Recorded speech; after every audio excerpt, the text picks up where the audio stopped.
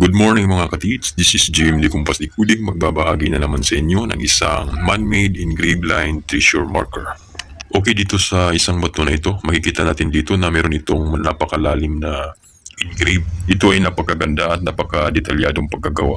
Kung papansinin natin dito, meron itong isang part na may malalim na hole at sinabayan ito ng engraved line. Ang ganitong klaseng setup engraved marker ay nagpapahiwatig na isang center dahil dito nakalagay sa ibabaw ang hole. At dito naman banda makikita natin dito na meron itong side girder o halatadong ginawang pader at dito banda ang ating prospective spot. Kaya makikita natin dito na napaka-straight ang pagkagawa dito banda. Okay, thank you for watching mga ka-teach and good luck po sa mga project natin at ingat po tayo palagi. God bless po.